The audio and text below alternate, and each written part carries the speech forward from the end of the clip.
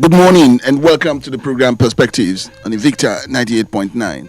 And this morning on the program, we'll still be looking at the state of the nation. Now, what is coming out of the Nigerian state for us? As for some people, it's just where do we go from here? 59 years of independence and still counting, and 21 years of this democratic process. But are we still there with Nigeria? Are all sides part of the entity called Nigeria? And where have we gone wrong with it? What is leadership role in uniting us as a nation? And we talk about, corruption taking its toll on the Nigerian economy. What is coming out again of recent? We see what the acting chairman of the EFCC is coming out with. Again, very disturbing, as some people would say. And then we look at again what our politicians have done to tear us apart or keep us together. All of these we'll be looking at in the program Perspectives this morning. My guest on the program is Professor Yusuf Nkufa, a professor of law, Ahmadu Bello University, and also a public affairs analyst. My guest this morning, Prof. Good morning and glad to have you here. Good morning, Mr. Tony Alabi, and good morning, our esteemed listeners. We will never stop talking about it, what we want for Nigeria. We never stop talking about it. If we can be united as a nation, we never stop talking about it on how endowed this country, has been. And we still never stop talking about it, the divides and what they're doing, to cause, for stability in this country. Let's think about that of leadership. And, we've come this far. How much of leadership has, united us as a people? Rather than uniting us, it's unfortunate that the present Nigerian leadership establishment, as presently constituted, is more divisive. And that is unfortunate.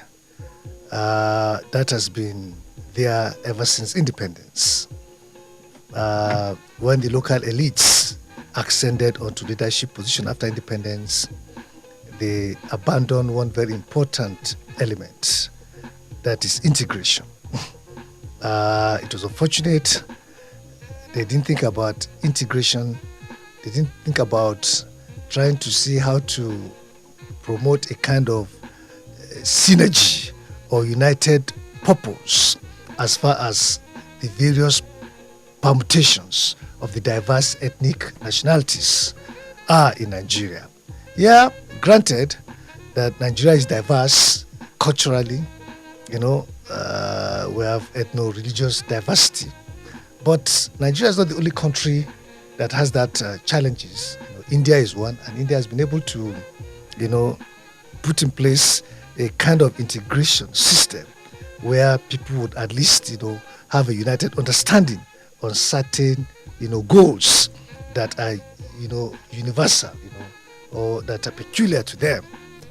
So in Nigeria, unfortunately, the leadership class abandoned that very important element, and they became,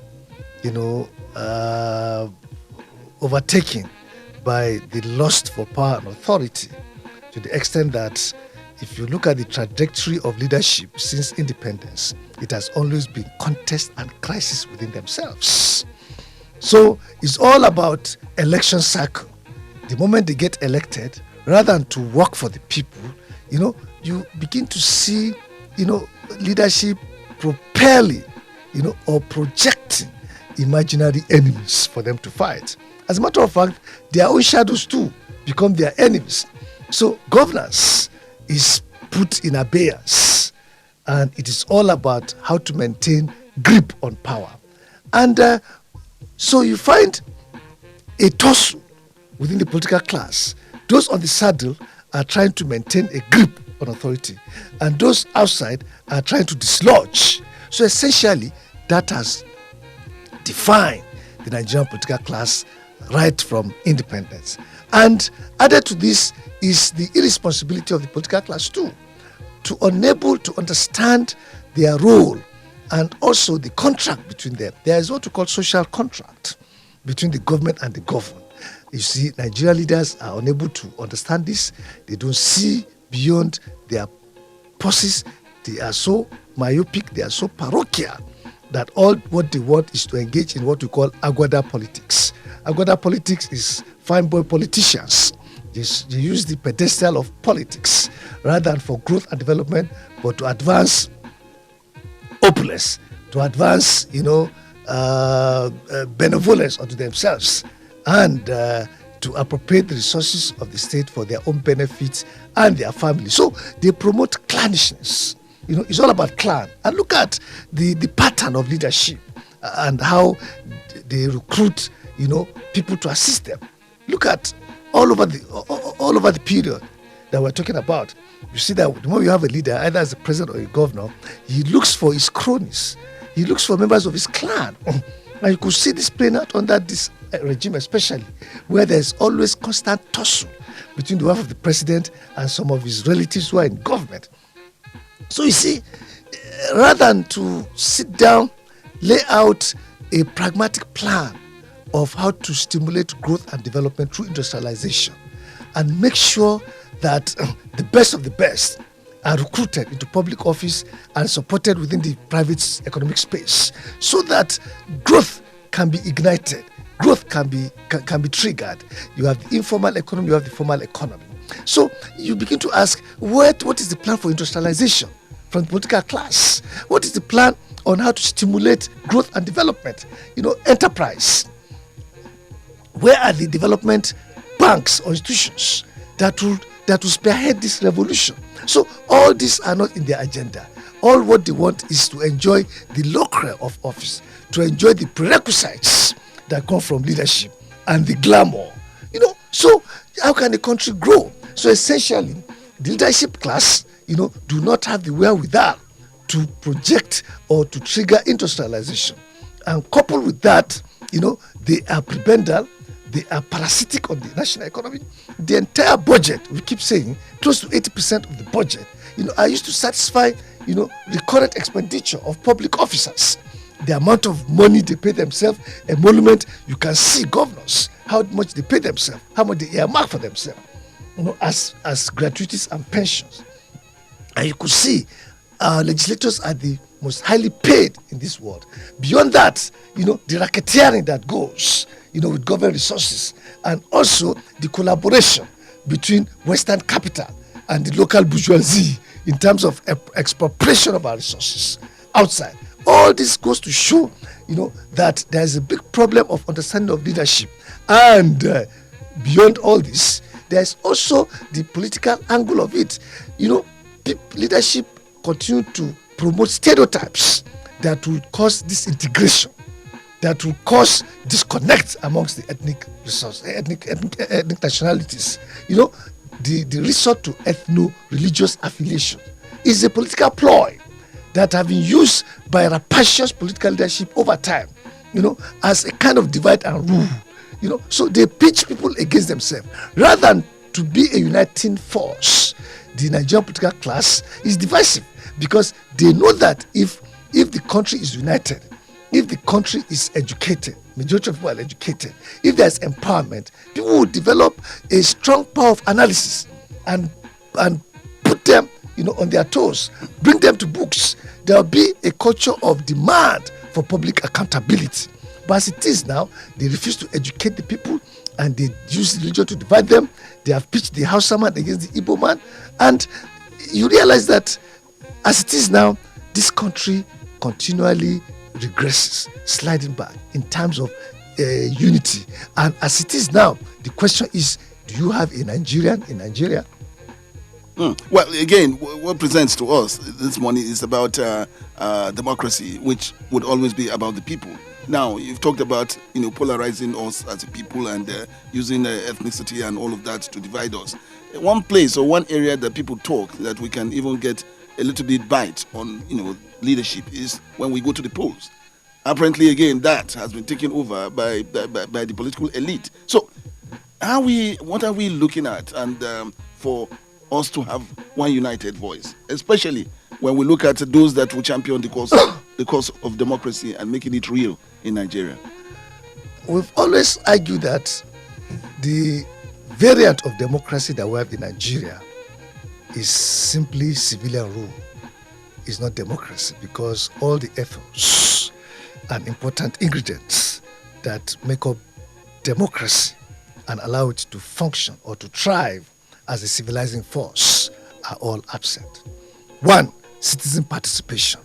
The question is, to what extent do citizens determine the fate of those who lead them? Election. How credible are most of these elections? And also that brings us to issue of militarization of elections by politicians, and also the introduction of money politics into election. So added to this is the deliberate sustenance of poverty as a political tool of manipulation, so that when people are poor, they will be too hungry to challenge the status quo. They will be too hungry to vote based on conviction. So they will be susceptible to be manipulated financially. They will be induced. And beyond that, there's a disconnect between people and the politics of Nigeria, within the context that people have limited choices in terms of who to vote for. And added to this is the commodification of democracy itself. Democracy is seen as an industry, where merchants come with their money, manipulate it, and put cronies there, put godsons there to make profits, not for any developmental agenda. What am I saying? The cost of becoming a senator in Nigeria, the cost of becoming a councillor in Nigeria is so huge that the ordinary man, no matter how devoted or patriotic to the cause of Nigeria is, he's been alienated from that process. So the entire political space have been monetized to the extent that there is now what we call, merchants in government, the wealthy in government, who have taken over the democratic space and also implanted themselves or their cronies or godsons. And you could see it playing out in most of the states. You could see it played out in Edo State. It's a crisis, contest between a godfather and a godson.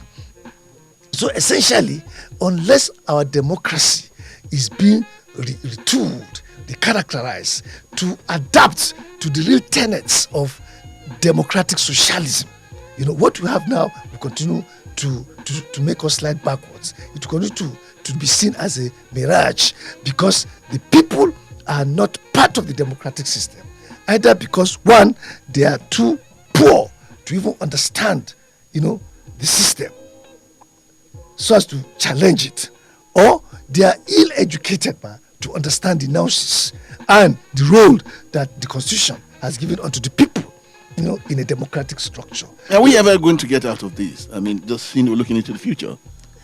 Yes, unless and until, for any intellectual revolution to gain traction, the intelligentsia must be at the forefront. Unfortunately, the intelligentsia has been laid back.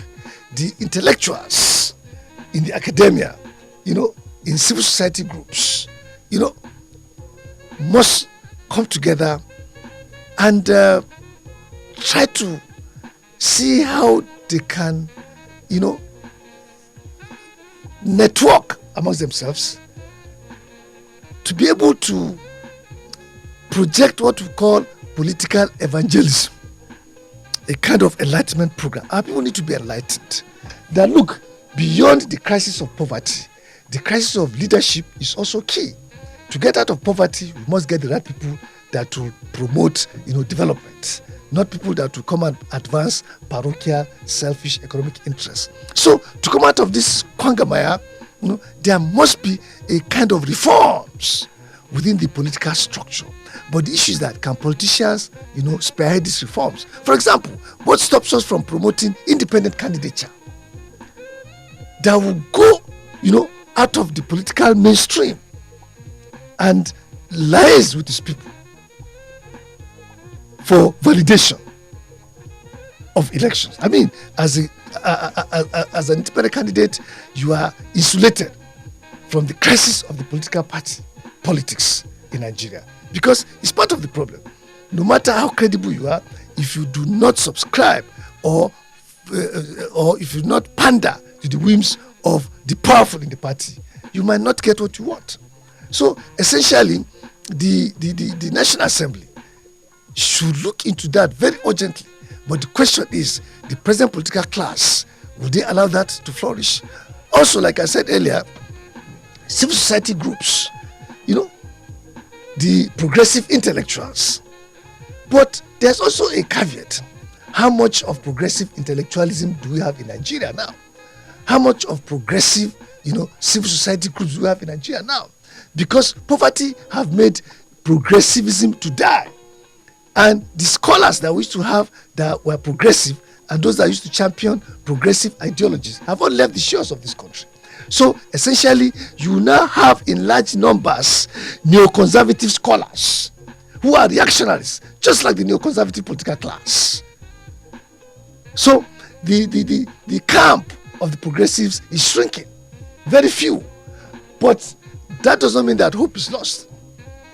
We still have to regroup the few progressive elements within the academia, still have to regroup and also reach out to those in the civil society groups, and liaise with multilateral agencies that will allow them continue to project treatise, ideologies on how to move this country forward. Because intellectuals are not talking; they are not bringing out way forward.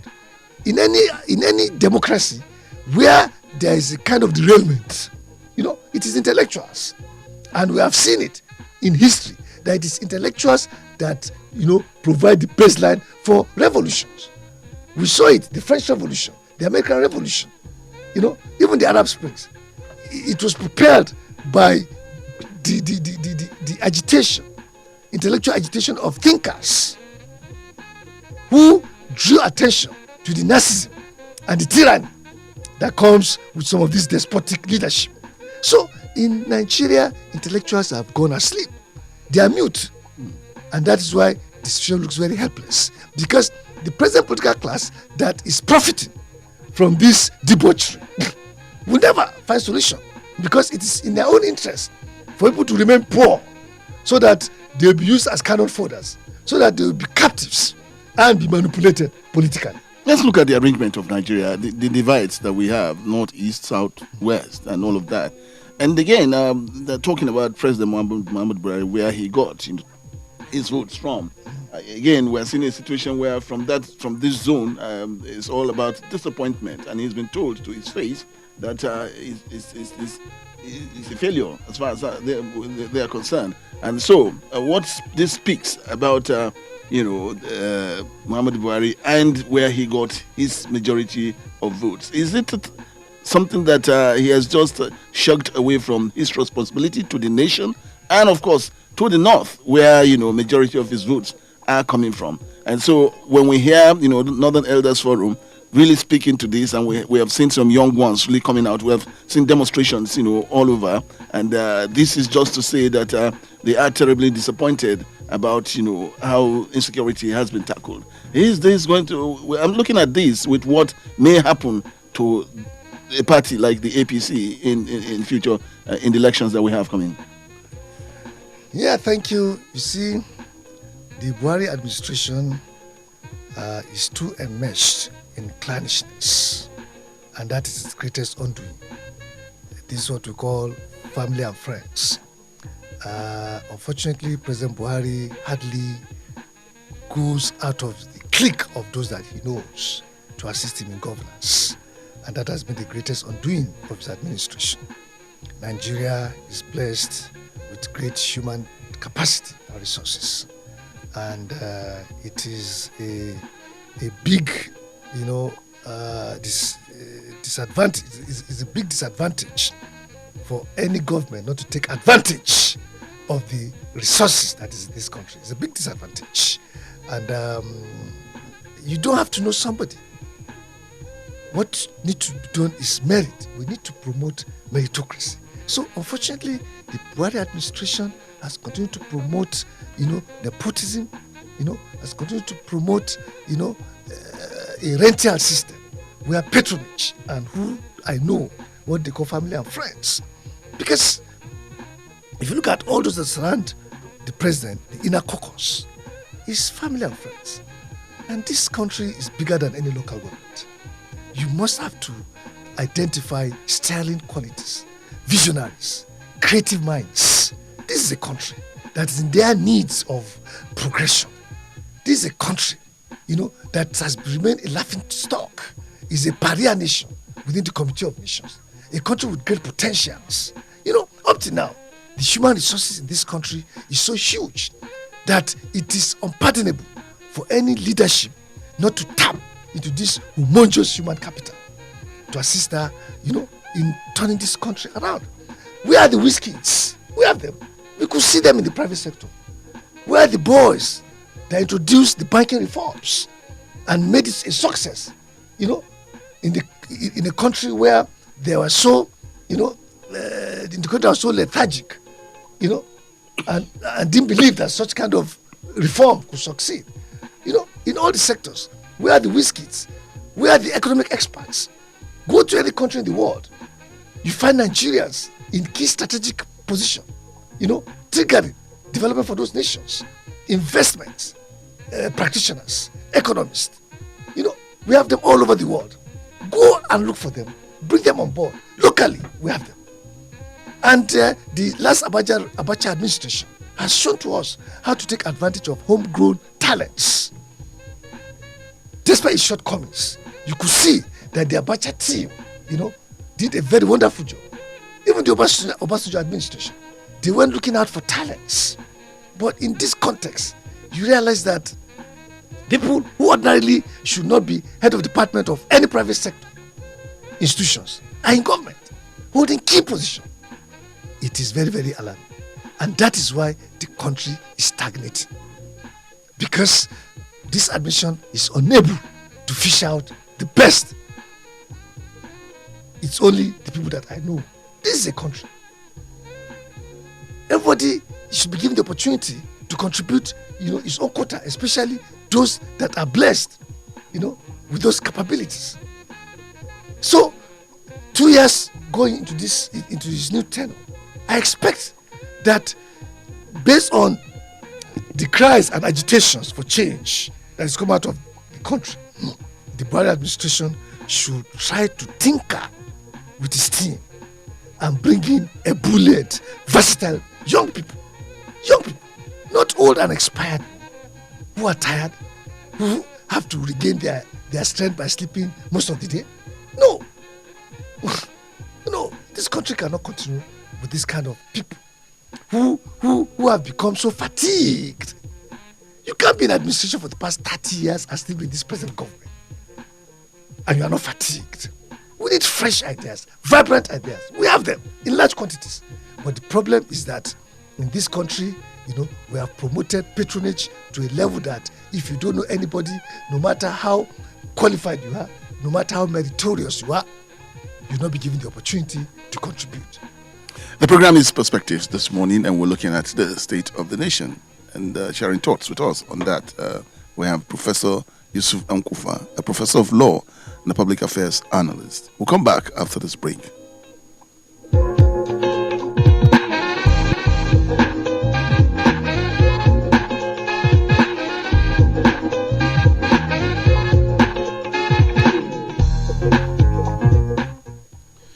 Welcome back. It's the program Perspectives this morning on Invicta 98.9. And having with me in the studios my guest, Professor Yusuf Nkufa, a professor of law and a public affairs analyst. And we're talking about the state of the nation. But again, Prof, one of the things that we've seen, much as we ask that the president be, very interactive with Nigerians and that we get to know his position about how things are going. Another development we're seeing here is about his aides coming to protect him at all costs and to say that, and matter of fact, hauling, some people say insults across the divide, all in the name of protecting your boss. That, again, is one development that we're beginning to see, and of course, how this is managed. But from the onset, since this administration came on board, one of the things that we've noticed here too is that the president, most times, is not talking to Nigerians, that we do not get to know, what is coming out of the Nigerian state, because we really do want to hear him talk. Again, could this again be a minus on his side? Well, to me, I would not want to overemphasize this principle that the president must at all times talk to Nigerians. If a government is functional, you probably don't need too much talk. And besides, in history, we have seen presidents who hardly talks. There was one President Modi in India who is a performer, but he hardly talks. So you could find, leadership is a collective, phenomenon. So when you have a team, people could talk on behalf of government. I don't have any problem with that. But even if you are talking on behalf of government, it must be rooted on practical achievements. But since this present administration is being, declared by so many people to be wanting in so many spheres, I think the president should, allay the fears of the people and tell the nation the challenges he's facing, so that at least he can, inspire some level of trust and confidence in the people. So, I agree that within the context of this abysmal performance, the president needs to be engaging his people. Or where he finds it unable to do so, then his lieutenants. You have ministers in virtually all spheres of administration, public life, public goals. We have, head of departments. So I think even if the president is not talking, he has his team. He has his spokespeople. They need to continue to engage Nigerians and explain. But rather than explain to Nigerians the challenges they are facing and efforts, they are putting in place, to have a remarkable turnaround, it's been insult and abuses, and that also continue to diminish, the ratings of this administration so badly, because things are not working out. The president not speaking, and presidential lieutenants, are being combative. So essentially, the essence of democracy, is losing ground, because people need to be informed. After all, you are representing the people. When you wanted to, seek for their mandate, you campaign. You moved into all the nooks and crannies. You gave people hope. So now that you are there, if there are challenges, there's a need for an engagement, town hall meetings, either by you or by your lieutenants, so that at the end of the day, people can come out convinced that indeed you are trying your best. But without this kind of reapproachment in terms of engagement, then it is a minus on the part of the administration. And that is why conspiracy theories continue to gain ground, because of the fact that government is not talking. And for those that talk on behalf of government, they don't address the real issues. All they do is to find fault and blame, opposition. As a matter of fact, this administration has spent the last 6 years engaging in blame game. If they are not blaming PDP, they are blaming other opposition elements. They are blaming opposition they are blaming some fifth columnists within them. So essentially, this has shown that this administration, is not on top of leadership, and partly because the team is a bit weak. So I expect that the president should do a kind of recharacterization of his team, bring on board men of, valor, men of metal, men of grit, transformational people. It can be done. It is not rocket science. Let me take you to Edo State and what is playing out there. For some analysts, they're saying that the president just did not stamp his feet on what was happening in Edo State, so much so that Godwin Obaseki had to cross carpet. And of course, some people saying that would be a big blow on the party. And the president had made himself very clear about not dabbling in issues, that are party issues. Could we have done something better if he had, stamped this? To me, the president position that he normally doesn't want to dabble into issues like that is not a wise decision. He's the president and also leader of his party. He has a towering figure. With the authority he has, naturally his followers, will pander to whatever he wants to do in terms of giving direction to the party. So not focusing into some of these crises and try to resolve them does not show the president as an adept politician. It does not show him as a tactician, because at the end of the day, it will occasion an implosion in the party, and that's exactly what has happened in Edo State.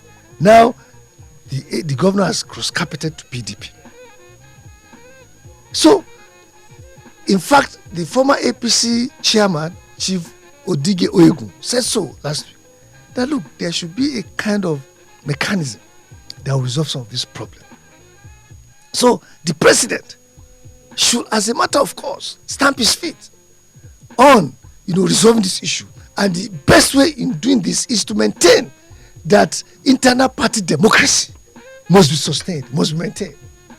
And all parties must be given fair hand, must be protected in accordance with the rules of the party. And the governor of Edo State went as much as visiting the president, to lay bare the problem. I thought at that point the president should have called Chief Oshomole, sit them down, try to resolve the issues, just like it happened in Lagos, between Bola Tinubu and former governor of Lagos State, Mr. Fashola. The crisis, preparatory, to his second term. Some elders of the party across the state sat down and resolved this issue. So I don't think it's a wise decision for the president to always remain aloof when such crises, occur, because as the leader of the party, he has the towering heights, to resolve this issue. Mere calling them to his office and advising them would downplay. But the moment you remain aloof, some of these issues will go out of hand. And that's exactly what has happened. I'm also looking at what is playing out today with COVID-19. So much that government had done to, keep it out of Nigeria. But the question being asked, have we done enough? Again, what is happening now is that we begin to see reoccurrence of it. And again, we might just be in a panicky situation about what is happening.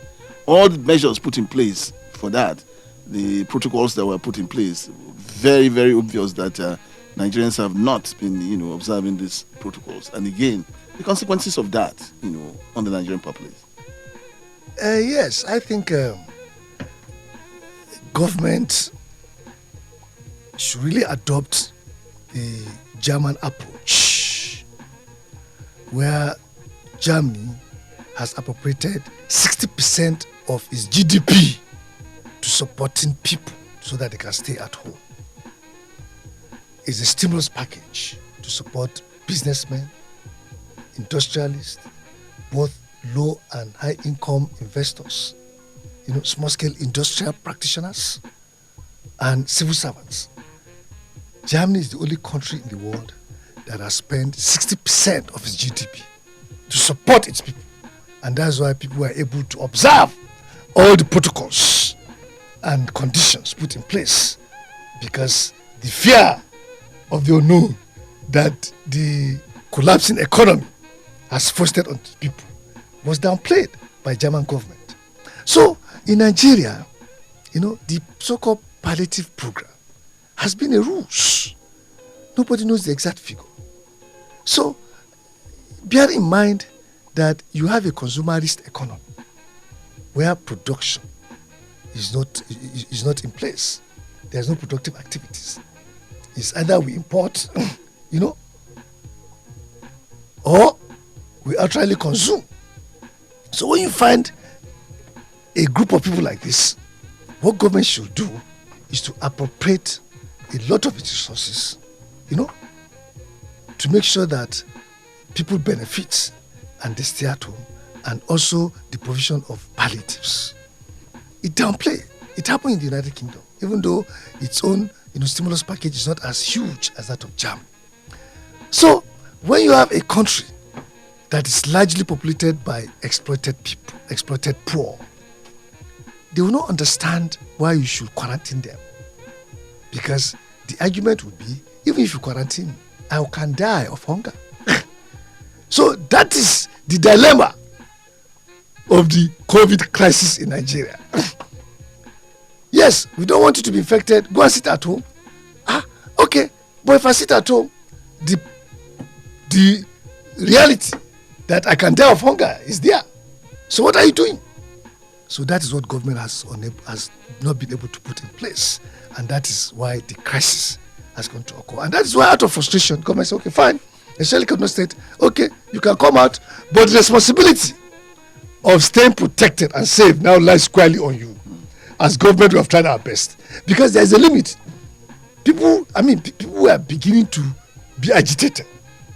People are beginning to feel, gagged or being put in a cocoon, because there's no way you can stay in your house for 1, 2, 3 weeks with your children, and there's no palliatives. And even the distribution of some of these palliatives, like I said, is laced with a lot of irregularities and suspicion. So we have a problem on our hand. And it's even a global problem. It's a global problem. But I hope that God that has been seeing us through will continue to see us through. Right. So be part of this conversation. Let's get your thoughts on this too. Numbers to call 081 40 989, 081 40 989, or 070 87 800 989, 070 87 800 989. Take your calls now. Hello, good morning. Hello, good morning, Mr. Oloye. Good morning. And good morning to your guests. I remain Mr. Fresh. Yes, okay, Mr. Fresh. Yes, you said something about Edo politics. Really, my take on this issue is that generally on the issue of politics of godfatherism, it was the same Adam Oshomole that kicked against that during his campaign.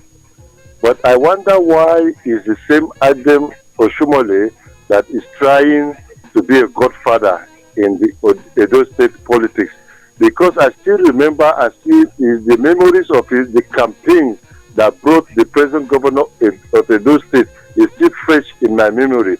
When in all his campaigns, when he was the governor of Edo State, he was kicking against that, criticizing the Eze Eyamo that cross-carpeted to the APC now.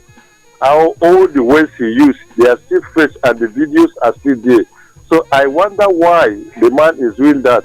And I want to ask your guest now, with all that is happening now, and with the issue that the present governor has cross-carpeted to the PDP, what are his chances of winning? Maybe the fact that after he has left APC for PDP, and the word of Adam Oshomole also has lifted his suspension, though the court has suspended him from being the National Party chairman. What are the chances of the present governor coming out strong of this issue? All right. Okay, Mr. Fresh, we got you on that. Still with your calls. Hello, good morning. Good morning. Yes, good morning to yourself. Okay. This is Chifamo. Chifamotekun. Yes. Okay, let's hear you. Let's go to 2019 in Nigeria. Following politics all over the world, I have never seen the worst political anarchy we had in Nigeria. Any other. Let's be civil with our comments. Yes, I'm civil. Let us be civil with our comments as you insist on that. Right. Yes. Now, it's in Nigeria. When my father, he promised me, Chief, that if I give him this as a father, that he's going to give me this as a son, I mark his word and I give it to him in the platter of gold. At the return, my father disappointed me. So what will I do? than to call you as your father that you have disappointed me, your son, have promised me to give you this. Now, this is exactly what you are saying. Back in Nigeria, they will give you with the right one. Okay, all right. Still one more call, and then we come back to our guest. Hello, good morning. Hello, good morning, sir. Good morning. I'm Comrade Gabriel, Texas man. Okay, Comrade Gabriel. Sir, if we look closely about the appointment of this government, especially the service chiefs and other security apparatus, one will begin to wonder whether there's an hidden agenda that we are not known. Because if you see most of this, even these attacks, they are coming from this area that be controlled, like the chief of army staff, the chief of defense staff, the chief of air staff, and others. So I think the government should come out clearly, because I always stand to say that Nigeria will never be divided. We will remain united as long as Samodu Bello and Nanda Zikwe and Awol will put us together. We will continue to remain as one. On those politics, I think that Adam, who will work together in Texas, they will have concentrated on how to develop industries, make sure that this government bring out a lot of industries so that Nigeria will forget about this insecurity, hunger, and others. But unfortunately, he's busy fighting the Obaseki issue in Edo State. So Adam should concentrate on how to revive Texas industry. He works in Kate and Arawa, Texas. We work together with him. He works in Arawa, Texas. He knows Arawa, Texas close. Kate is close for 18 years now. The workers have not been paid. He's supposed to concentrate on that and make sure that at least he came out with a legacy that will not be forgotten. But up to today, he has never said the president anything. Okay. So one wonders what actually happened with the government, sir. Okay. Thank you. All right. So, Prof. The first question here asks, whether chances of this Edo State governor in coming back is bright. Like I always say, we have an uncommon and strange political system where predictions, are hardly attainable. What happened is manipulation. What might go for the governor might be a protest, vote in support against, the way he's been treated, maybe. But beyond that, I think both camps want to take advantage of the feebleness of the system and structure, to get results, for themselves. I don't know. And at times, some of these things could snowball into anarchy, crisis. We've seen it. So, first and foremost, let there be a secured condition for election, peaceful elections. If that is maintained, then I think Obaseki has the upper hand, because from the reports, we got, he has done very well within the last 4 years in terms of infrastructural development, in terms of human capacity development. So I think these things are some of the, benefits that may translate, into his coming back, and also the fact that there could be sympathy, vote in on his behalf. Well, we also have Chief Amotekun. Yes, I think I'll just summarize the last two. Yeah, I agree that the service chiefs, they've overstayed their tenure, and being military men, I will really not subscribe to the argument that they're from a particular region. That should not be my focus. My focus should be get people who can get the job done. But because of the fact that they are unable, I think the president should try and see whether he can bring in more, alternative hands so that he can achieve at least, some level of security, because time is not on his side. We are moving to the second year of his second tenure, so time is not on his side. So we need to do that very quickly, and also as regard Nigeria, not splitting. Well, it is not something that you just sit down and wish for or against. I think Nigerians themselves must make sure that they work, together so as to sustain a united country for themselves. Because if they allow politicians to continue to implant some of these stereotypes in their minds, some of this negative profile in their minds, then one day the bubble will burst and the country will just disintegrate. That is not the prayer of everybody. That's not the prayer of anybody, rather. But I think, it goes beyond, mere wish. I think it is important that we have government that's responsive to these issues and engage in a kind of pragmatic action to maintain a united and virile Nigeria. Okay, yes, I could just squeeze in one call before we bring it to a close.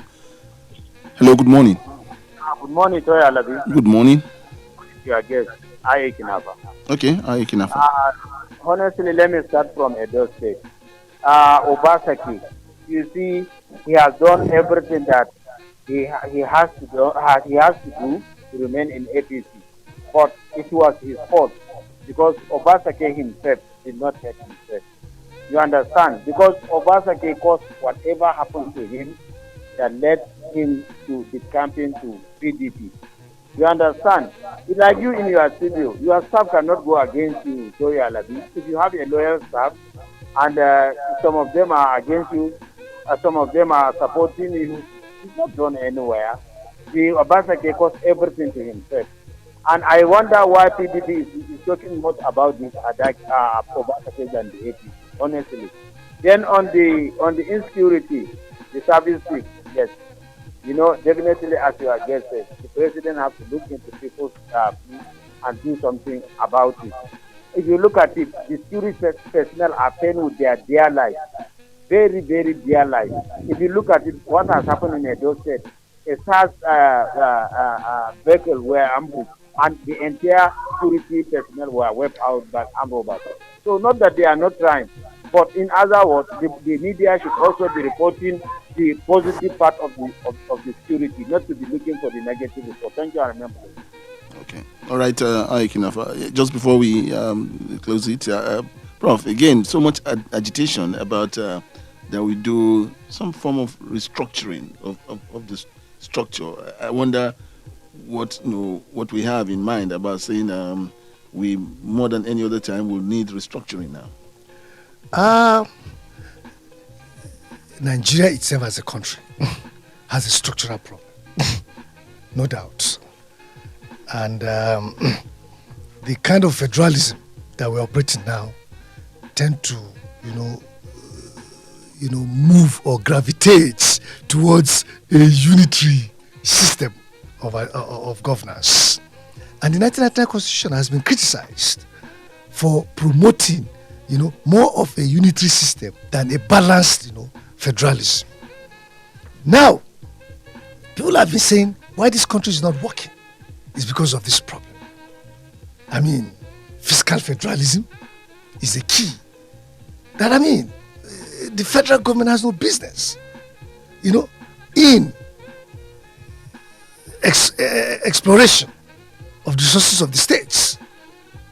There has to be a power that will be devolved to states that will allow them to take over their resources and pay some royalties to the center. That is what is called federalism. So states can now tap into some of the resources that they have and use it to their own maximum advantage. And it does not mean that there cannot be a form of political or economic interface within the states. If state A is so rich, state B can borrow from state A. It continues to cement, good understanding and neighborliness. So that the entire resources of the nation is put at the center, promote dependency of some states onto the government. States that are ordinarily, blessed with resources. Therefore, why should Zamfara State, with the deposit of mineral resources, gold, depend on government? Why should Kaduna State? So that has been the argument, that this kind of arrangement makes people to be lazy. They go to Abuja, cap in hand, collect money. Governors, would not be introspective to the extent that trying to tap into the resources of their state. 2, state police, because governors will tell you that they are not in charge of security. I mean, if you call the governor of Katsina State, why was there a breakdown of law and order. You say, I'm not in charge of security. So we need to look at these issues because they are germane. They are some of the problems, some of the stumbling blocks towards our progression as a democratic entity.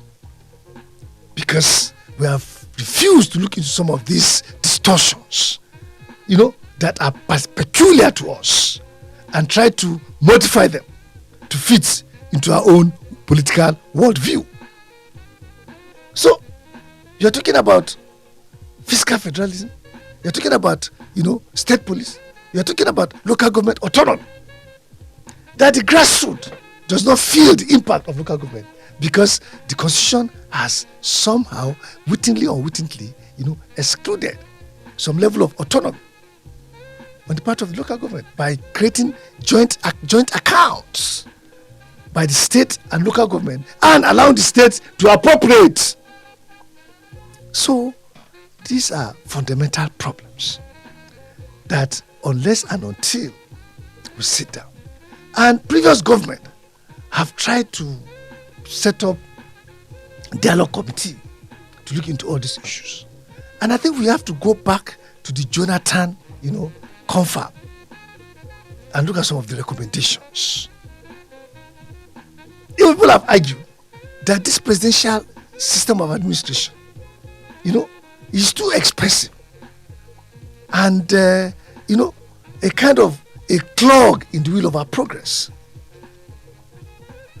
That we need to look into maybe a parliamentary system that is more cost effective.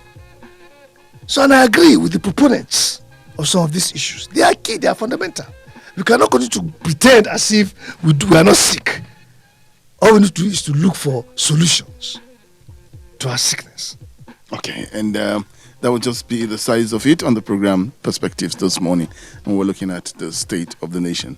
My guest this morning has been Professor Yusuf Nkufa, a professor of law and Ahmadu Bello University and a public affairs analyst. Thank you for coming on the program. Okay, and Dorcas, thank you for connecting us with the people. We'll come back with Perspectives tomorrow. Good morning.